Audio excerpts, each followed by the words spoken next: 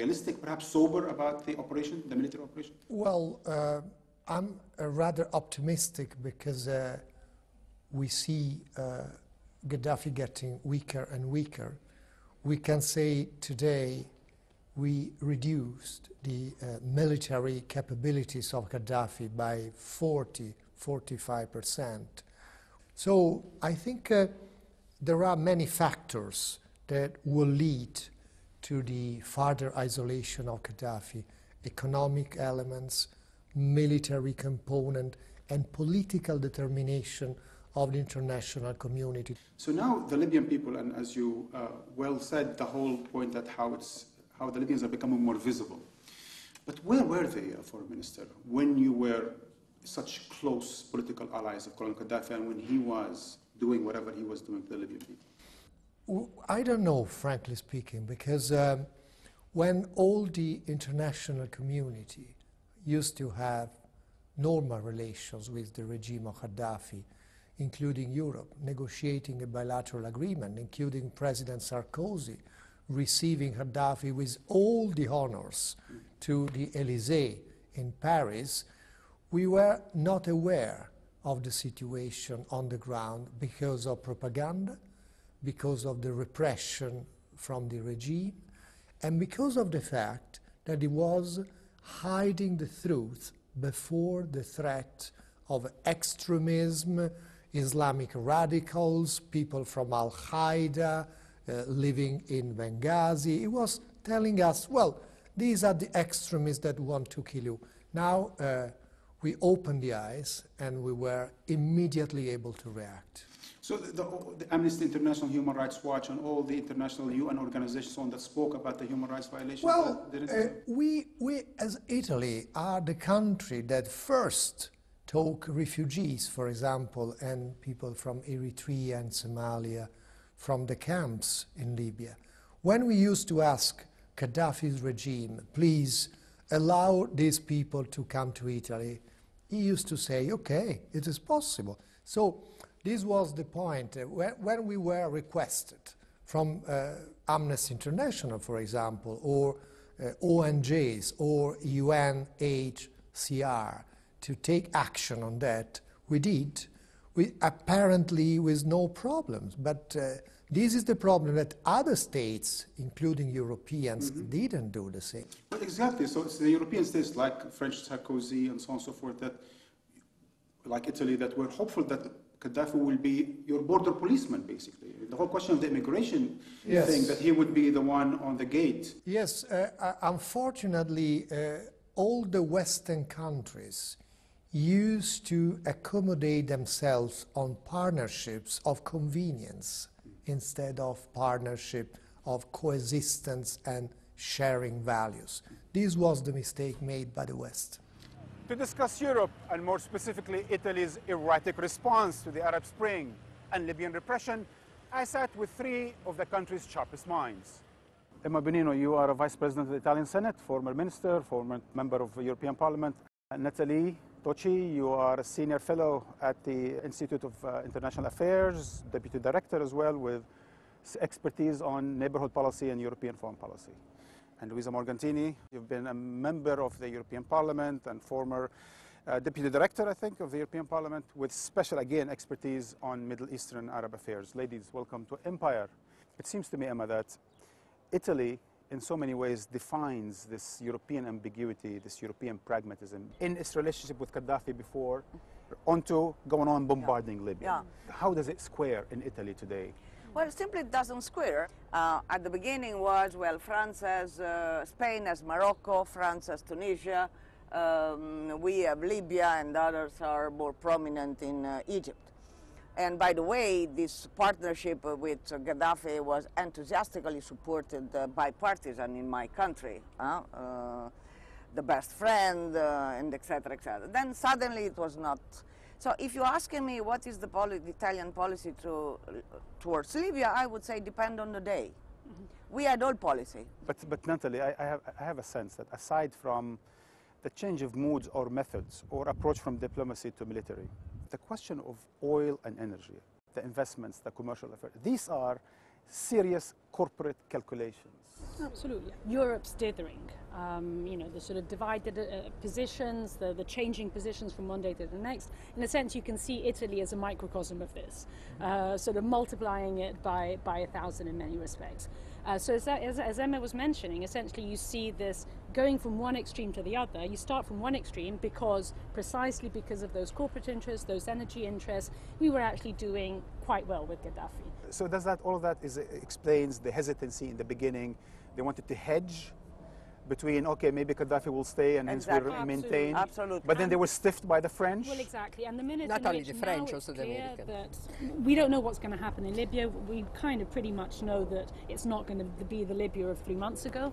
And the minute in which that situation has changed, Italy hedged its bets on the other side. Yeah, you said pragmatic policy, but really it's just opportunistic policy, Yes. following the one who are getting more sense. So that's, I'm very ashamed of the behavior of my government, and also because I'm really thinking about people in Libya. Are we defending them?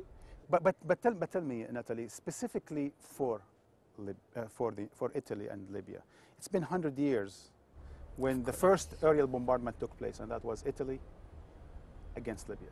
Yes. So what does that bring back in terms of Italy's role? The reason why we didn't want to be on the front line in a military campaign was precisely this. And if you look at the terms of the debates in Parliament over now the decision to move in with the aerial bombings, that's exactly been, if you like, the reasons given. We don't want to exactly repeat history. So a lot of people, Emma, now says, you know, whatever we do in Europe, we're criticized. Damned if we do, and damned if we don't. Of course, you cannot intervene everywhere from Papua New Guinea to whatever. But this is also something that the diplomacy and diplomats and the establishment still stick to all diplomacy or military intervention. And they refuse systematically to think innovative. I think it's really so important what she was saying, that we need a new form of diplomacy which is really speaks to the people. But I'm afraid that why there is not that policy, also because our government are acting like that. Yes, yes. Yeah, We have a government. I think we have to. There are very, very few links. So between elitists here just as they are I think towards that there. we have to try to challenge our own democracy, Yes, first of all. absolutely. Because our democracy doesn't work anymore. We need a Tahrir Square in Rome. We need Tahrir Square for sure. There's an internal struggle within Europe between, presumably, Europe, the citizens, and Europe, the corporate, the populist interests. And that internal strife, conflict within Europe, you think is going which way? You have a rise all over Europe of a racist, anti-immigration mood all over.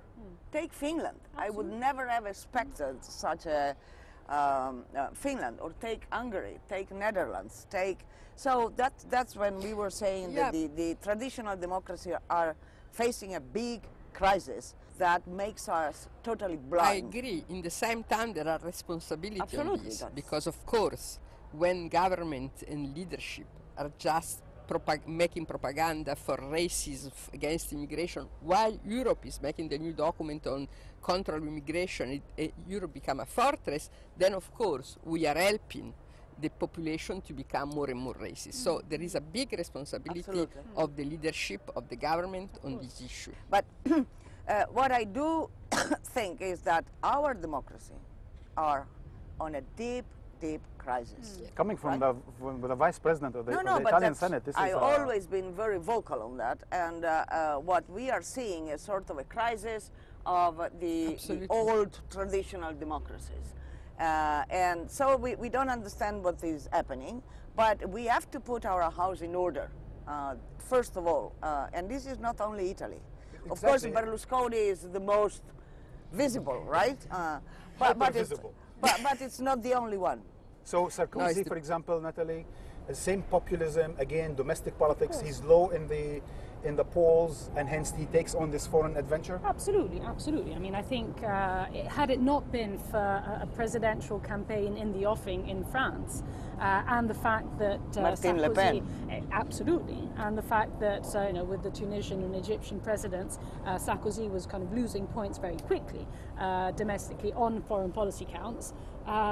There was a sort of internal domestic push to do something about it. And Sarkozy, being the impulsive person that we know, jumped on the bandwagon. And this was the most evident way to do it.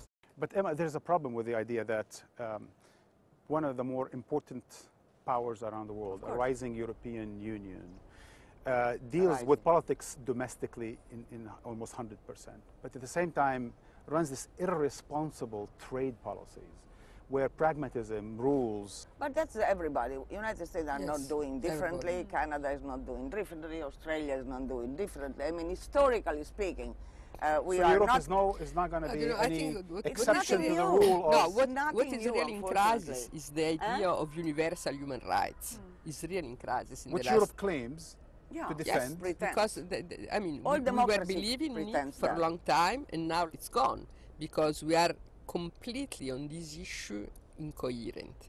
So we have to go back to the old time where human rights were a real value. So the question of Libya then, is it going to be the test of Italy's / Europe's approach, future in the Arab world? No, I think it was by chance, because we had a strong push by Sarkozy. The other one didn't know what to do. The UN So also... Emma, outside So, but Libya, that what is is the not- policy then towards the Arab Spring? There's actually not really going to be the specific European Libya, policy no. towards Libya, No. or in fact towards Egypt or Tunisia, or you name it. To me, the litmus test is the way in which the European Union as a whole will or will not conceptualize its policy towards the southern Mediterranean and the Middle East. Natalie, that means a totally new framework and a Absolutely. totally new Is policy. that feasible?